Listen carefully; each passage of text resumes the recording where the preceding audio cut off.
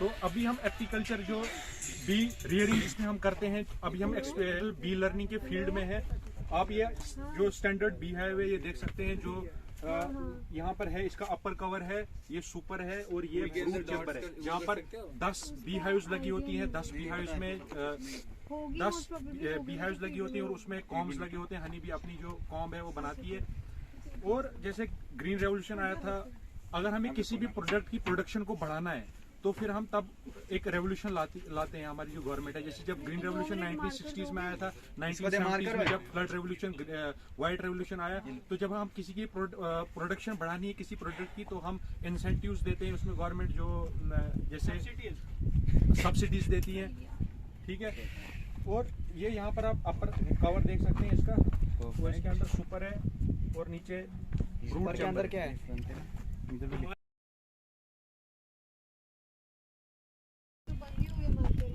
बस हो गया। हम पेंट कर रहे थे आज, हो गया। ये हम गलतियों को ढक रहे हैं, गलतियों को ढक रहे हैं, गलतियों को यहाँ पर ढक रहे हैं। और ये क्या कर रहे हैं? ये कॉम बना रहे हैं।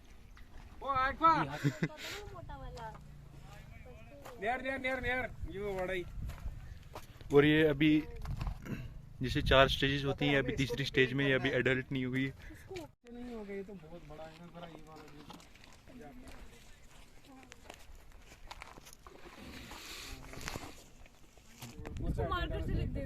हाँ एक ही जगह चला बस। ओ ये वो नसना हम है, एक ही जगह पे करना बस। हाँ उधरी पे लगा। और यहाँ पे तस्मीन सर ने भी बनाई, ये वाली भी और ये वाली भी। क्रेडिट किसी और का ले रहा है, कोई बात नहीं, चलो ये काट दूंगा। हाँ सुशुक सैन ग्रुप देख वीडियोग्राफर क्या कर रहे कोर सेक्टर होता है एग्रीकल्चर में, लेकिन जो बी कीपिंग है ये एक अलाइड सेक्टर है, जिसमें हम हमारे पास जो रियरिंग करते हैं बीज की, और बीज की प्रोडक्शन हम करते हैं बी कीपिंग में। जो सबसे पहले आप ये हमारे पास बी हाइव्स देख सकते हैं, यहाँ जो एक्सपीरियंशियल बी लर्निंग आप देख सकते हैं, ये हमारा फील्ड है। जैसे 1960s में ग्रीन रेवोल्यूशन आया था, उसी तरह जब और क्यों आया, हम मेन फोकस कर रहे थे जो हाई यील्डिंग वेराइटीज है, इंसेक्टिसाइड्स हैं, पेस्टिसाइड, उनके यूज पर। फिर 1970s में जब फ्लड रेवोल्यूशन आया, मिल्क की प्रोडक्शन हमने इंक्रीज की और हमारा मेन फोकस मिल्क पर था।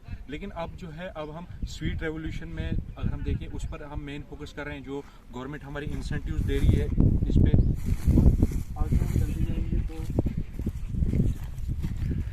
ये आप यहाँ पर हमारा बी हाइव देख सकते हैं।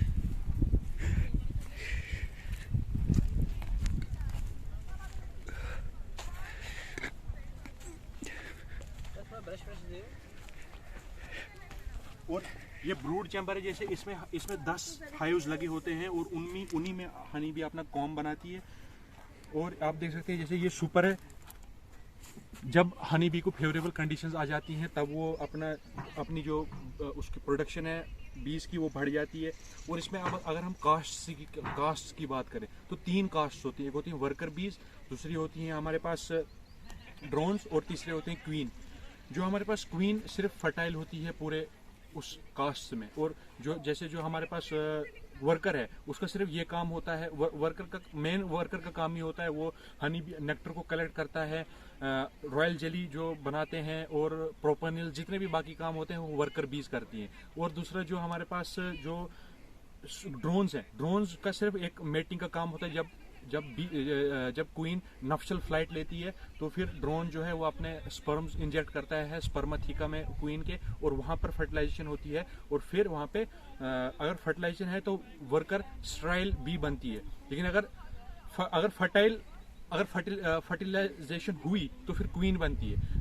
जब एक दिन में जो क्वीन है वो 20,000 अंडे जो है वो एक दिन में क्वीन जो है वो छोड़ती है अपना, अगर फेवरेबल कंडीशंस है बीज के लिए। अब जब स्प्रिंग सीजन आता है उसमें जो सबसे ज्यादा हमारे पास वर्कर बीज बनती हैं, वर्कर बीज हैं और क्वीन है, जब एक बार क्वीन जब उसकी जब लाइफ स्पैन खत्म हो जाता है तो फिर क्या होता है, जब लाइफ स्पैन खत्म हो जाता है, जब दूसरी बी उसको इन्वेट करने वाली होती है तो तब क्या करते हैं, तब जो कॉम्स होते हैं उनमें एक स्पेशलाइज्ड जो वर्कर है वो स्पेशलाइज्ड स्ट्रक्चर बनाते हैं, और फिर उसमें स्पेशलाइज्ड स्ट्रक्चर की वजह से जो रॉयल जेली है वो जब फीड उस जो, क्योंकि जो ये है ये हाइमेनोप्टेरा ऑर्डर को बिलोंग करती है हनी बी, और हाइमेनोप्टेरा ऑर्डर को बिलोंग करने की वजह से जो हनी बी है ये इसमें 4 लाइफ स्टेज होती है, एग, प्यूपा, लार्वा और एडल्ट जो है, ठीक है।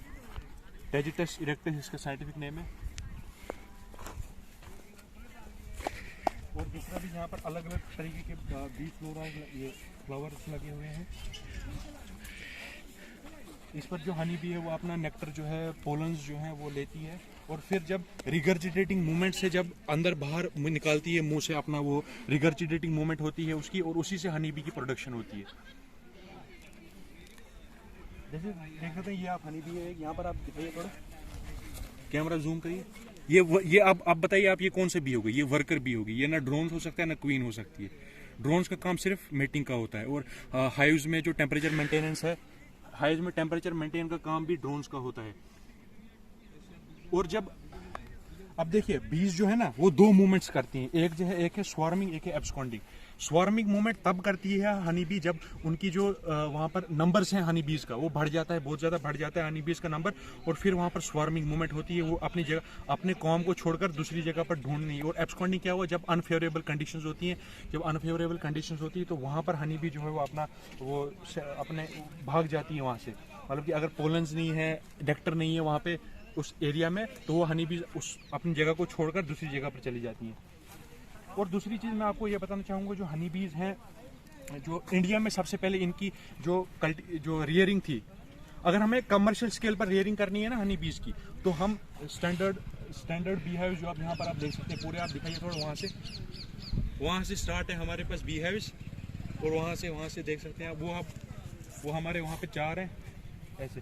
तो बंगाल में 1882 में हनी बी की कमर्शियल कल्टीवेशन जो थी वो इंडिया में स्टार्ट हुई थी। और सबसे पहले अगर हम देखें तो ये वैदिक स्क्रिप्चर्स में भी इसका जो है वो आता है हनी बीज का। इसमें बहुत सारी मेडिसिनल क्वालिटीज़ हैं इसके पास हनी बीज की जो प्रोपेलिस होता है, जो हनी बी होती है, जो नेक्टर होता है, जो रिगर्जिटेटिंग मूवमेंट होती है, उससे भी हनी बी अपना प्रोड्यूस कर सकती है अपना वो। और हाँ, एक जो वर्कर बी होती है वो 1/12 एक जो हनी है वो 1/12 हनी बी उसको अपने पूरे लाइफ स्पैन में 1 साल में वो कंज्यूम करती है 1/12, मतलब कि 1 चम्मच टीस्पून, सिर्फ इतना छोटा सारा हनी जो है वो कंज्यूम करती है 1/12, अगर हम दूसरी लैंग्वेज में देखें इसको। और यहाँ पर आप देखिए जो ड्रोन है ये किस तरीके से अपना जो नेक्टर है और पोलन है वो ले रहा है यहाँ से। तो और 8 हनी बीज मतलब कि 1 साल में सिर्फ 1 टीस्पून ऑफ हनी जो है वो प्रोड्यूस करती है। इसका मतलब ये हुआ कि देखिए कितनी ज़्यादा हार्ड वर्किंग बीज होती हैं कि सिर्फ 1 टीस्पून हनी भी प्रोड्यूस करती है वो एक पूरे साल में। तो इससे हमें ये पता चलता है कि हमें भी कंटिन्यू वर्क करना चाहिए। Thank you. आवाज एक्सपीरियंस राइट। तो अभी हम एप्टीकल्चर जो बी रियरिंग जिसमें हम करते हैं